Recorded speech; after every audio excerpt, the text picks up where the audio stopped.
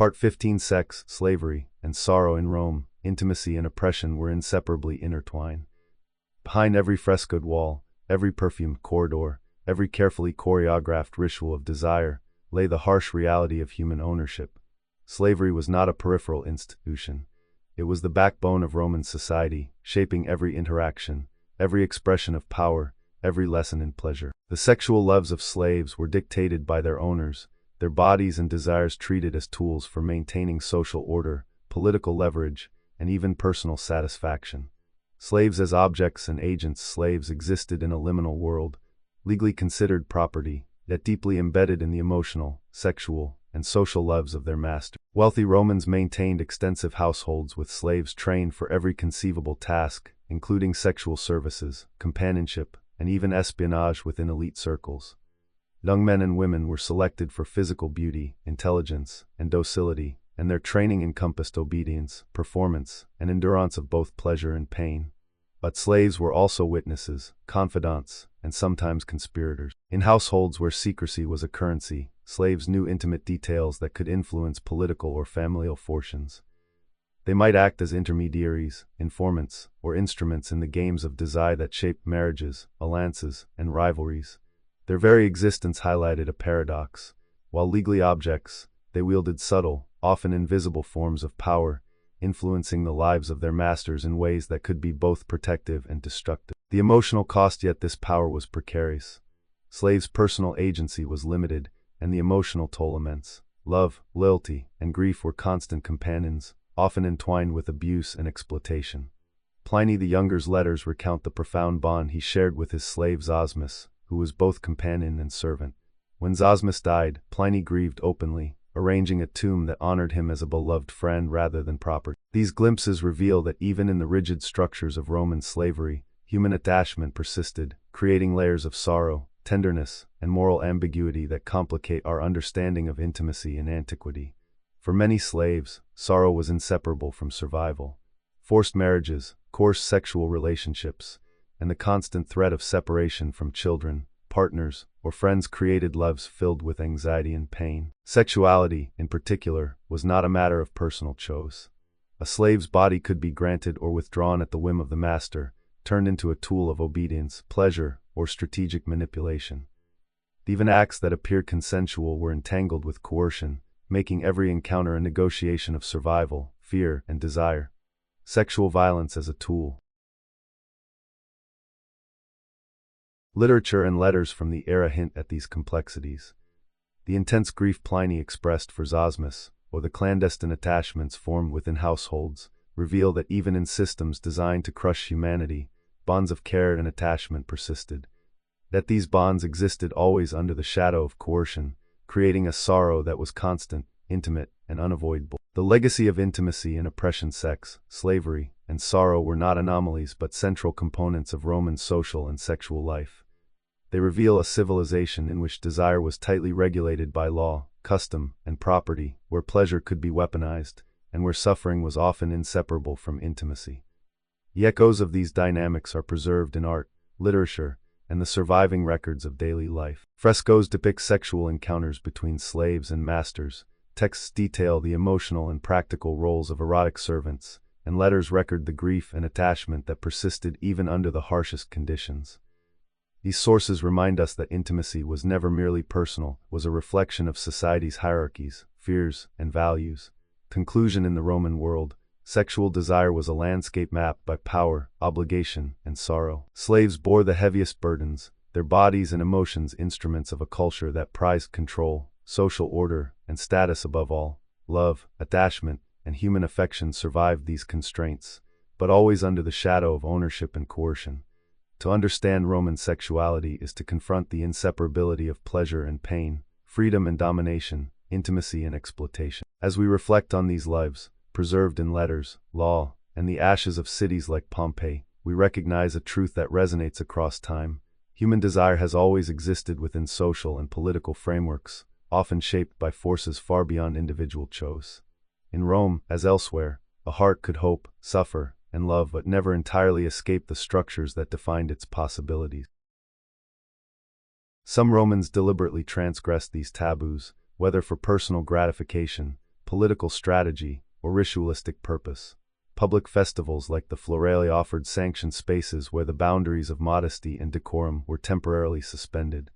Citizens could observe explicit performances, indulge in erotic games, and witness behaviors that would otherwise be condemned. Such events served dual purposes, satisfying latent curiosity and reinforcing the knowledge of what was normally forbidden. By observing transgression in a controlled environment, Romans internalized both the thrill and danger of crossing societal lines. In literature and poetry, transgression was both entertainment and moral lesson. Satirists like Juvenal highlighted the excesses of the elite, mocking men and women who flaunted conventions of age, gender, and propriety. Erotic literature often blurred the line between fantasy and cautionary tale, depicting adultery, seduction, and forbidden liaisons while simultaneously illustrating the penalties for violating societal norms. In this way, literature became a mirror reflecting both desire and the consequences of transgression. Ritualized taboo religion in Rome also intertwined with sexual norms, blurring the boundary between the sacred and the forbidden. Certain cults such as those devoted to Cybele, Isis, or Mithras incorporated sexual acts into their rituals, sometimes employing sacred prostitution or gender fluidity as a form of spiritual devotion. The Galli, priests of Cybele, famously castrated themselves in religious ecstasy, assuming roles outside conventional gender categories. Their transgression of societal norms was simultaneously condemned, feared, and revered, illustrating the paradoxical interplay between taboo, ritual, and power. Magic, too, operated in the space of transgression. Purse tablets, love potions, and aphrodisiacs were commonplace, often employing substances or practices that skirted legality or morality. Romans sought to manipulate desire, attraction, and loyalty through supernatural means, blurring the line between medicine, enchantment, and coercion. The pervasive use of magic underscores the centrality of desire in Roman life and the lengths to which individuals would go to navigate or subvert social constraints. The political consequences of sexual transgression. Part 16: Roman Taboos and Transgressions in Rome. Desire was not merely a private matter, it was a force bound by law, ritual, and social hierarchy, constantly tested against the limits of acceptability. For every sanctioned pleasure, there existed a shadow of taboo, a line that, when crossed, could imperil status, reputation, or even life itself. Transgression, whether sexual, social, or moral, was both feared and fascinated over, an ever-present tension shaping the intimate and public spheres of Roman life.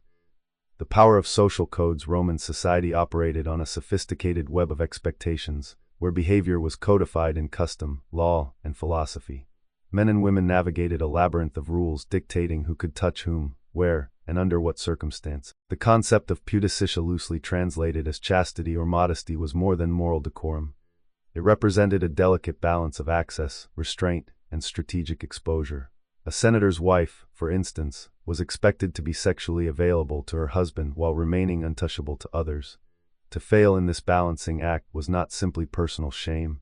It could destabilize family alliances, tarnish political reputations, and even invite legal retribution. This intricate social code extended to interactions among men as well. Roman masculinity was defined by dominance and control, not affection or vulnerability. To be penetrated, even consensually, was considered a profound violation of one's honor, an act so shameful that it could end a political career or provoke lethal retaliation. The rules governing sexual conduct were thus inseparable from the broader hierarchy of power, ensuring that desire was always intertwined with authority. Forbidden desire. Taboo in Rome was as much about hierarchy as morality. Sexual acts were acceptable only when they reinforced social structure. A freeborn male citizen could exploit slaves or prostitutes without censure, but to pursue relationships with other citizens' wives or daughters was a dangerous transgression. Homosexuality, too, was permissible only in specific hierarchical contexts. A male citizen might take the active role with younger men or slaves without criticism, but to assume the passive role was considered an affront to masculine honor. Allegations of such violations, whether true or fabricated, were potent weapons in political and social rivalries, capable of ruining careers and reputations.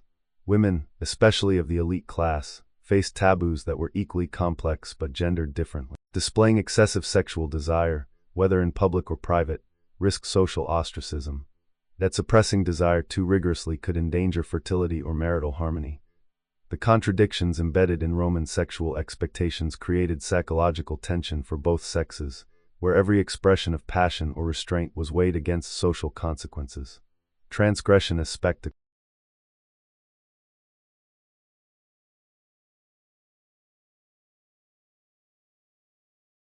The persistent allure of taboo in Rome reveals the centrality of desire in shaping human behavior, culture, and society. By defining what was forbidden, Roman civilization codified power, hierarchy, and morality, ensuring that sexuality could never be divorced from social consequence. Transgression, in turn, highlighted the fluidity and tension within these systems, allowing individuals to test limits, assert agency, and sometimes experience liberation, albeit in fleeting or precarious. As we examine the remains of Rome, the frescoes, letters, and legal documents, we see a society both fascinated by and terrified of desire. Taboo was a mirror reflecting anxieties, ambitions, and hierarchies. Transgression was a shadow showing the possibilities of human agency, the thrill of forbidden pleasure, and the dangers of overstepping societal bounds. Together, they reveal a civilization acutely aware of the power of intimacy, the fragility of reputation, and the eternal tension between what is allowed and what is longed for. Conclusion: in Roman life, the boundaries of sexuality were meticulously enforced, yet endlessly tested. Desire, power, and transgression existed in a delicate, sometimes violent balance, shaping individual behavior and societal structures alike. The very notion of taboo was inseparable from governance, religion, and hierarchy, turning acts of intimacy into instruments of control, negotiation, and sometimes rebellion. To understand Rome's sexual culture is to recognize that the forbidden and the desired were never separate, they were entwined, defining the possibilities of human action and the consequences of overstepping the invisible, yet omnipresent, lines of social. From elite villas to bustling streets, from sacred temples to private chambers, the dance of taboos and transgressions reveals the extraordinary complexity of Roman life, where pleasure was potent, perilous, and profoundly political.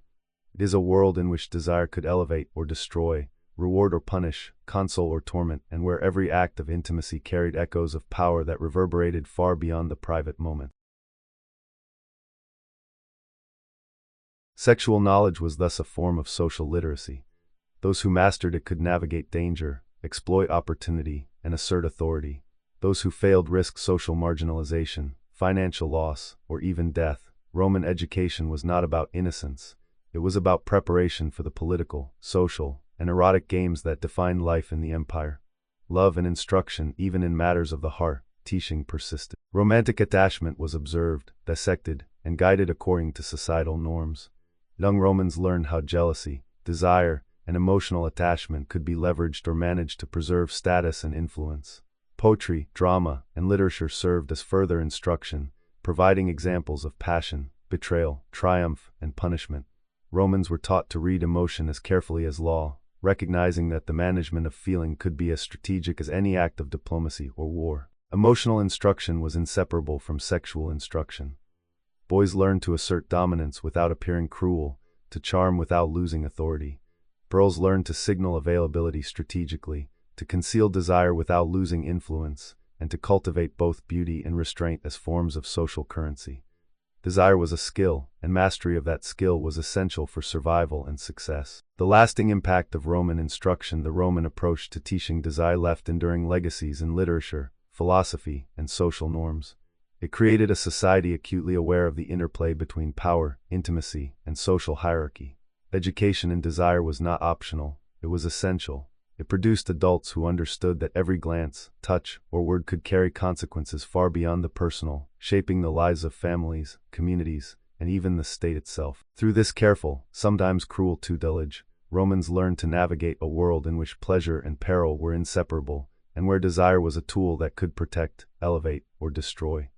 Instructed from childhood, socialized in ritual, and tested in practice, they became adults for whom love, intimacy, and sexuality were not simply private experiences but public responsibilities, a form of art, strategy, and survival. In teaching desire, Rome produced a civilization where passion was never purely personal, intimacy was never purely private, and love was inseparable from power.